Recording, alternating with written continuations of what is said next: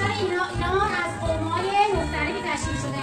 قوم ترک داریم، لور داریم. این مختلف بچه‌ها لباس‌ها هر کدوم لباس‌های مخصوص خودشونو دارن.